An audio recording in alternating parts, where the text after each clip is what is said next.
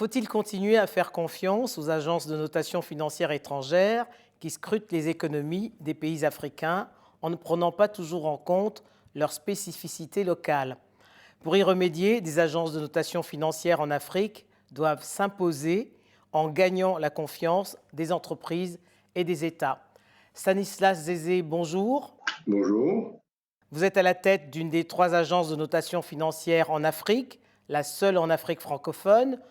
Comment expliquez-vous cette carence? Alors, je crois qu'en réalité, la problématique des agents de notation financière, quand il s'agit de noter les entités en Afrique, vont baser leur notation sur les devises étrangères. En réalité, les devises étrangères qui mettront toutes les entités qu'elles notent dans une sorte d'universalité. Sauf que les pays africains et les entreprises africaines, donc basées ont des réserves de devises qui sont plutôt très faibles. Donc, si vous partez sur ce postulat, c'est tous les pays qui ont des devises faibles vont se retrouver avec de mauvaises notes, quelle que soit leur performance économique. Et nous, on estimait que c'était un biais qui était très préjudiciable. Et on a décidé de faire les notations financières en monnaie locale, ce qui permettrait d'établir la vraie qualité de crédit de ces pays-là, dans leur propre monnaie. La crise des subprimes en 2008 n'a pas aidé à redorer le blason des agences de notation financière. Comment avez-vous réussi à convaincre vos clients de l'utilité d'une notation et de surcroît en monnaie locale, comme vous venez de le dire? Alors, on leur a expliqué l'importance déjà d'établir sa qualité de crédit, c'est-à-dire qu'il est extrêmement important que leurs créanciers ou les investisseurs sachent qu'ils sont capables d'absorber les fonds qu'ils demandent, qu'ils sont capables de bien les gérer et capables de rembourser. Donc, évidemment, établir sa qualité de crédit, c'est quelque chose de fondamental. Maintenant, pourquoi les agences africaines au lieu des agences internationales? On l'a expliqué également que la notation en monnaie locale permettrait d'établir la vraie qualité de crédit. Et maintenant, la troisième chose, c'est de les dire, de toute façon, vous savez qu'on ne peut pas tricher en notation financière. Si on dit que vous êtes 3A alors que vous êtes C, sur le marché, vous allez vous comporter en C et vous allez faire défaut, ce qui remettra en question la crédibilité de l'agence. Et l'idée de créer des agences africaines, c'était justement pour compenser ces écarts et ce manque de crédibilité sur nos marchés par les agences internationales. Donc, la narrative était bonne, ça a pris du temps pour que les gens comprennent. Ça fait 15 ans que nous existons, mais aujourd'hui, nous notons les pays, les institutions financières, les collectivités locales, les entreprises publiques et privées. Aujourd'hui, je pense que la narrative a bien été intégrée et les pays africains, les entreprises africaines comprennent l'importance de se faire noter déjà et en monnaie locale surtout.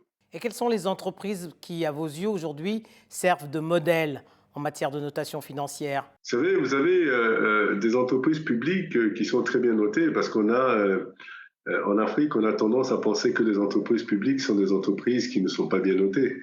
Vous regardez le port d'Abidjan, par exemple, qui est noté en risque très faible. Vous avez la CIE en Côte d'Ivoire qui est notée risque très faible également. Vous avez des banques au Sénégal, par exemple comme Ecobank qui est notée risque faible. Donc vous avez plusieurs structures. Nous intervenons dans 20 pays et nous voyons qu'en monnaie locale, on voit bien la vraie qualité de crédit de ces institutions qui en réalité sont très performantes. Mais avec la notation financière en devise, elles ont des plafonds souverains qui les empêchent justement qui empêchent l'investisseur de voir quelle est la vraie qualité de crédit, quelle est la vraie performance dans leur environnement.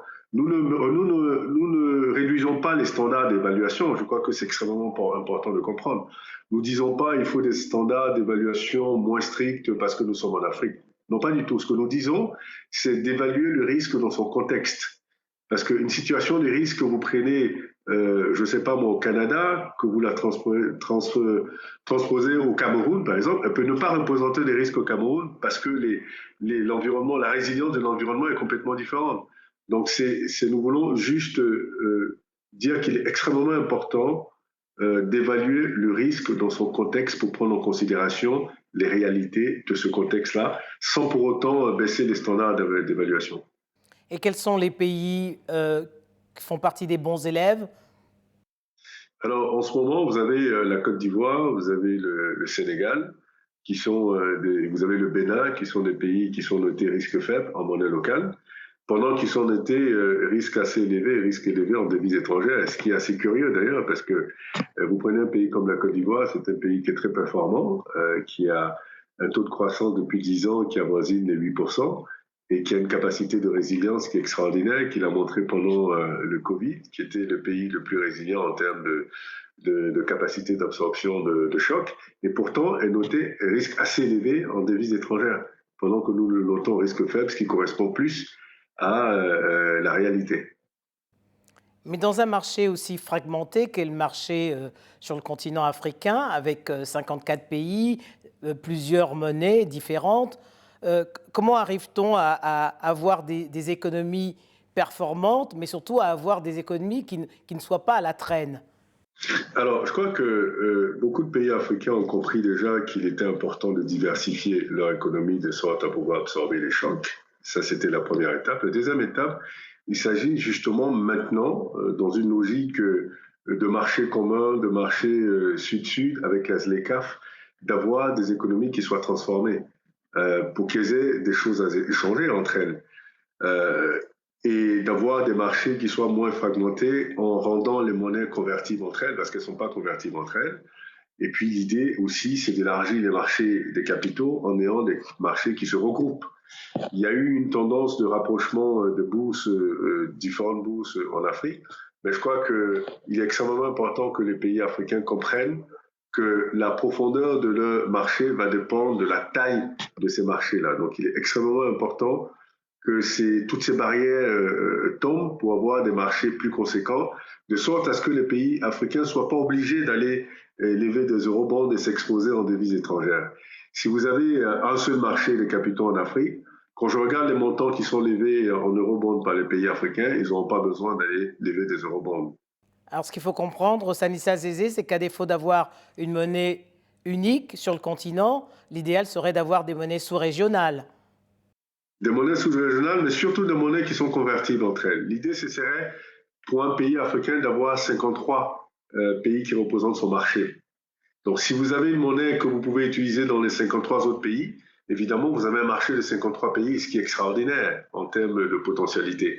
Mais si vous avez un marché, si vous avez une monnaie que vous pouvez utiliser seulement dans 8 pays ou seulement dans un seul pays, et quand vous voulez faire du commerce avec un autre pays, il faut passer par le dollar ou par l'euro, évidemment, ça limite vos possibilités et ça restreint les opportunités sur le continent et oblige les pays africains de faire du commerce essentiellement avec les entités, enfin avec les pays extérieurs, ce qui justement remet même en cause l'essence même de la ZLECAf.